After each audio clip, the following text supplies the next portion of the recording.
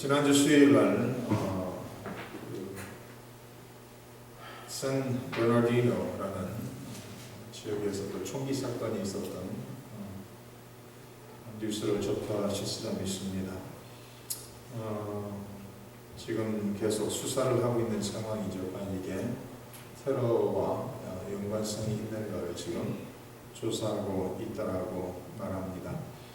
14명이 생명을 잃고 또 한 20명인가요? 또 다친 상황이라고 말을 합니다. 거기에서 살아남은 사람 중에 한 사람, 데니스 페라사라는 여자분이 자기는 이 총기 사건에서 살아남게 된 것은 한 남자가 자기를 감싸주고 자기를 보호했기 때문에 자기가 살았다라고 말합니다. 45살 먹은 샤넌 존슨이라는 같이 함께 일하던 동료가 이 부부가 들어와서 총을 쏘기 시작할 때 의자 밑에서 테이블 밑에서 자기를 감싸면서 자기를 보호해줬기 때문에 자기는 살아남았다라고 말합니다. 이 샤넌 존슨이라는 사람은 45살 먹은 남자는 그 여자를 감싸 안고 있다가 총에 맞아 생명을 잃었다라고 말합니다. 참 세계 각지에서 끊임없이 얼마 전에 파리에서 이런 테러 사건이 일어나고 미국과 전 세계적으로 끊이지 않는 총기 사건, 테러 사건 이런 뉴스를 접하면서 참 세상이 너무나도 악해져가고 참 살아가기가 쉽지 않은 세상이 된 그런 모습을 바라보며 참 안타까운 마음을 금할 수가 없습니다. 한 여인이 살게 된 것이 한 남성이 자기를 감싸고 자기를 보호해줬기 때문에 살았다라는 고백을 합니다. 역사 속에서 끊임없이 하나님께서 하나님의 백성들을 하나님께서 돌보시고 하나님께서 보호하시는 것을 우리는 성경을 통해서 알 수가 있습니다. 아마 역사 속에서 탄생 중에 가장 중요한 위대한 탄생을 말한다면 예수님의 탄생을 말할 것입니다. 우리가 12월이 돼서 예수님이 탄생한 그날을 기억하고 기념하면서 온 세상에 이 예수님의 탄생을 생각하며 기뻐하는 12월 달이 됐습니다. 아마 이스라엘 역사 속에서 참 중요하고 귀중한 탄생을 말한다면 모세의 탄생을 말할 것입니다. 오늘 말씀 속에 2장 1절을 보시면 레위 가족 중 한 사람이 가서 레위 여자에게 장가들어 그 여자가 임신하여 아들을 낳으니 그가 잘생긴 것을 보고 석 달 동안 그를 숨겼다라고 기록하고 있습니다. 모세가 태어나는 그 시대, 모세가 태어난 그 상황은 너무나도 열악한 상황인 것을 성경은 말하고 있습니다. 참 편안하고 좋은 그 시대에 태어났으면 좋을 터인데 모세는 생명의 위협을 느낄 수밖에 없는 그런 시대에 태어난 것을 성경은 말합니다. 모세의 부모는 레위 지파 사람들이라고 2장 1절에 말합니다. 6장에 가서 보면은 모세의 아버지 이름이 2장에서는 나오지 않고 있지만 6장에 가서는 아버지 이름과 어머니의 이름이 아므람과 요게벳이라고 6장 20절에 기록하고 있습니다. 그리고 이미 모세가 태어나기 전에 모세에게는 형과 누나가 있었다라고 이미 태어난 상태라고 성경은 가르치고 있습니다. 15장 20절에 가서는 누나의 이름은 미리암, 여선지자 미리암이라고 소개가 되어 있고 6장 20절에 모세의 부모를 얘기하면서 형 아론을 이미 낳았다라고 이야기합니다.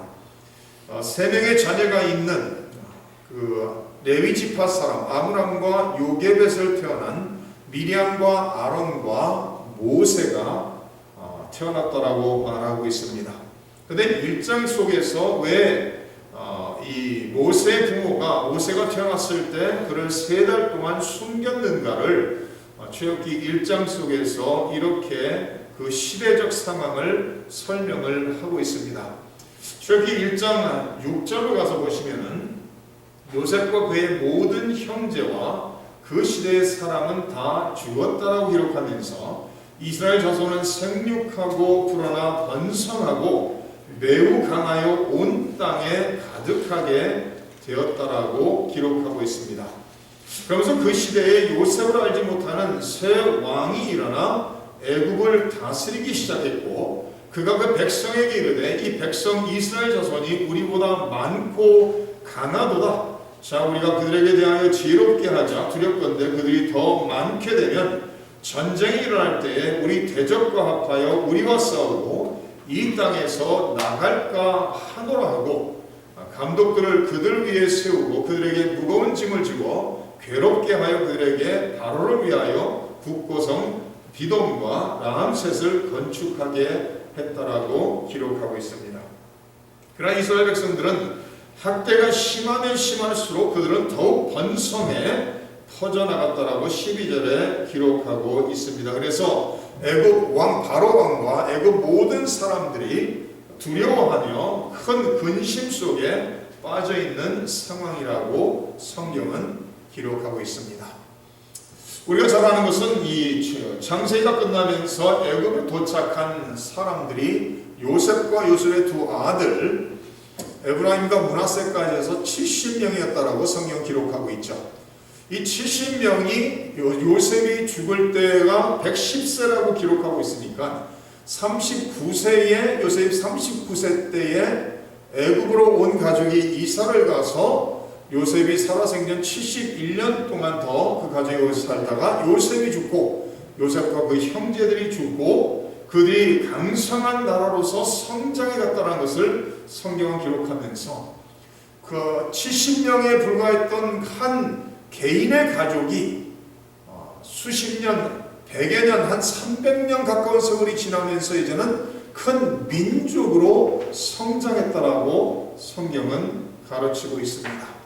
그래서 우리가 이 출애굽하면서 민수기의 숫자가 기록된 걸 보면은 60만 명이 넘는 20살을 넘은 남자의 수가 60만 명이 넘었다는 것을 기록하는 것을 볼 수가 있습니다. 그래서 대부분의 학자들은 이 애굽에서 노예 생활을 하면서 이스라엘 백성의 숫자가 남자와 20살 넘은 남자 60만 3천이 넘는 그 숫자와 여자와 어린 아이들 해서 적어도 한 200만 명 수준으로 강대국으로 큰 나라로 성장했을 것이라고 말을 하고 있습니다. 그래서 바로 왕과 애굽 사람들이 이것을 문제를 해결하기 위해서 해결책을 내놓은 것이 두 가지인데, 첫 번째는 그들을 노예를 삼아서 일을 시키자라는 대책이었습니다. 그래서 11절을 보시면 감독들을 그들 위에 세우고 그들에게 무거운 짐을 지워 괴롭게 하여 그들에게 바로를 위하여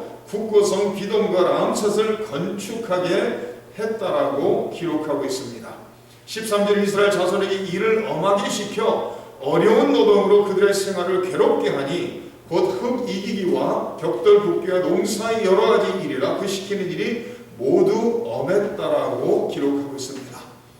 요셉이 총리로 있을 때는 야곱과 그 온 가족이 우대를 받았지만 요셉이 죽고 요셉에 대해서 모르는 왕이 세워졌을 때 이스라엘 백성들이 너무나도 급성장하고 숫자적으로 많아지는 것을 바라보며 그들을 두려워하여 그들을 노예로서 심한 노동을 시키기 시작했다라고 기록합니다. 그럼에도 불구하고 그런 열악한 상황 속에서도 유대인들은 이스라엘 백성들은 계속해서 번성하고 퍼져나갔다라고 성경은 기록합니다. 그래서 두 번째로 내놓은 대책이 15절 말씀 속에 애굽 왕이 히브리 산파 시브라라 하는 사람과 부하라 하는 사람에게 말하여 이르되 너희는 히브리 여인을 위하여 해산을 도울 때에 그 자리를 살펴서 아들이거든 그를 죽이고 딸이거든 살려두라는 거예요.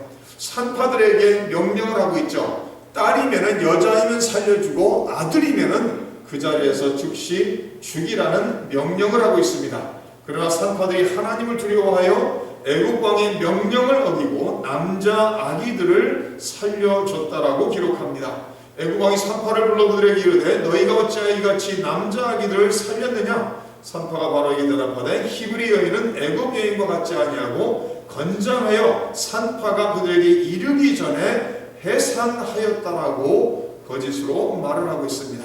하나님이 그 산파들에게 은혜를 베푸시니 그 백성은 번성하고 매우 강해졌다고 말합니다. 산파들을 통해서 남자아이들을 다 죽이라고 명령했음에도 불구하고 산파들이 하나님을 두려워함으로써 어린 생명들을 죽이지 않고 살려줬다라고 성경 기록하면서 그런 열악한 상황 속에서도 이스라엘 백성들은 계속해서 번성하고 매우 강해졌다라고 말씀 속에 기록하고 있습니다.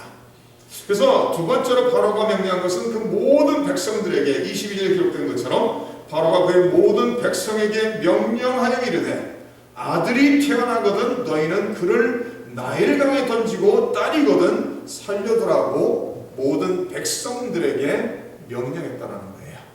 이스라엘 백성 전체가 노예로서 심한 노동을 시키는 노예로서 그들을 부리고 있는 상황 속에서 산파들이 바로왕의 명령을 듣지 않자 바로왕은 모든 백성을 향해서 명령하기를 어린아이가 태어났다면 그 집을 찾아가서 여자아이만 살려주고 남자아이라면 곧바로 뺏어다가 나일강에 던지라고 명령했다는 거예요.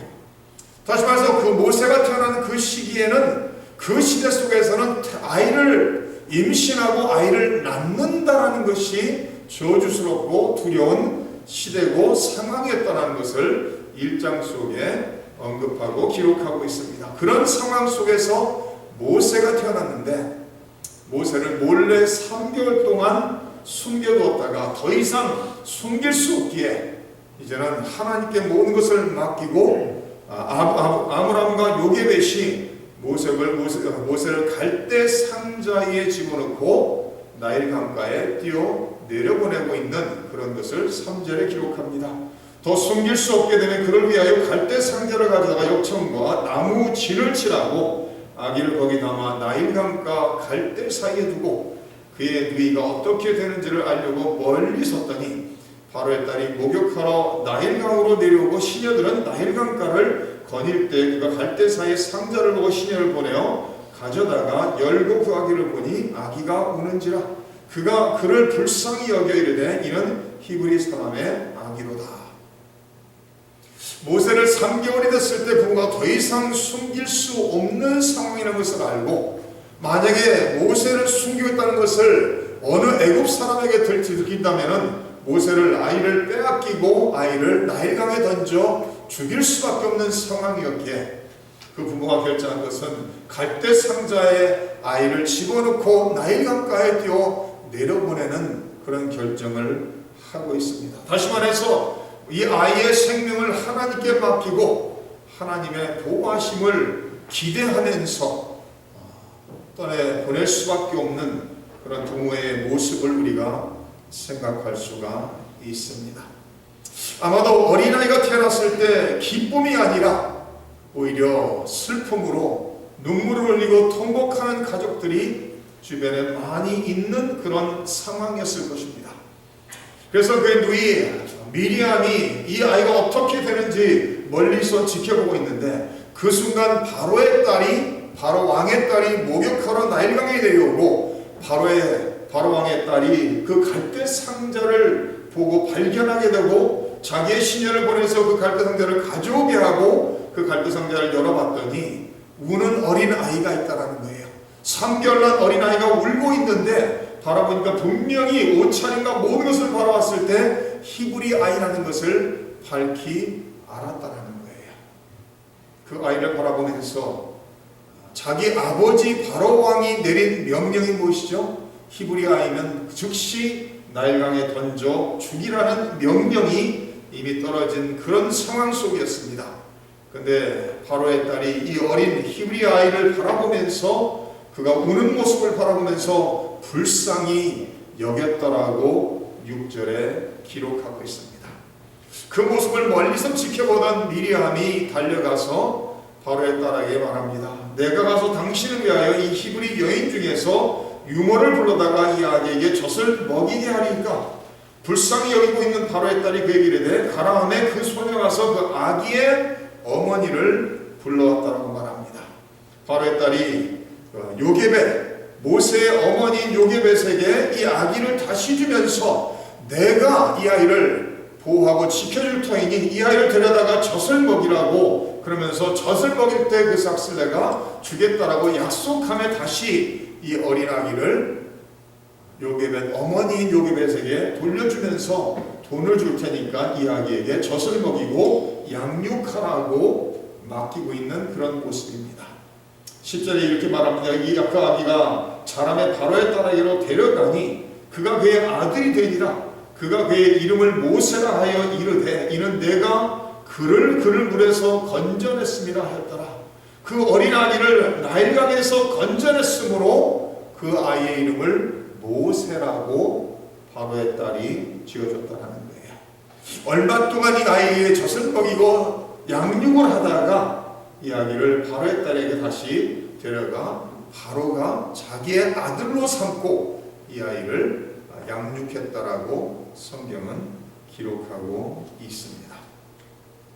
사도행전 7장에 이렇게 모세에 대해서 스데반 집사가 말씀을 전하면서 모세에 대해서 이렇게 말하고 있습니다.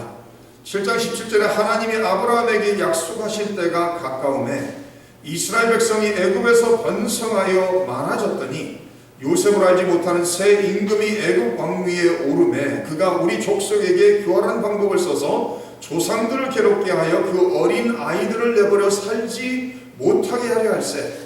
그때 모세가 낳는데 하나님 보시기에 아름다운지라 그의 아버지의 집에서 석 달 동안 길리더니 버려진 후에 바로의 딸이 그를 데려다가 자기 아들로 기르매 모세가 애굽 사람의 모든 지혜를 배워 그의 말과 하는 일들이 능했다라고 성경은 기록하고 있습니다. 하나님께서 이스라엘 백성들이 애굽에 가서 노예 생활하면서 너무나도 괴롭고 힘든 상황 속에서 하나님 은혜 가운데 계속 번성하는 그 상황 속에서 모든 남자아이들을 죽이라는 명령으로서 이스라엘 백성의 씨를 말리라는 바로 왕의 악한 계획에 대해서 하나님께서 이제는 하나님의 택한 백성이 이제는 큰 민족으로 성장해서 이제는 그들을 구원할 때가 가까웠다라는 것을 하나님이 아시고 그 시대에 모세라는 어린 생명을 세상에 보내시고 하나님께서 어린아이들을 전부 다 남자들 다 죽일 수밖에 없는 그 상황 속에서 하나님께서 모세를 지키시고 하나님께서 모세를 보호하시고 하나님께서 모세를 바로왕의 딸을 통해서 궁궐에서 왕자 중에 한 사람인 것처럼 양육하시는 것을 볼 수가 있습니다.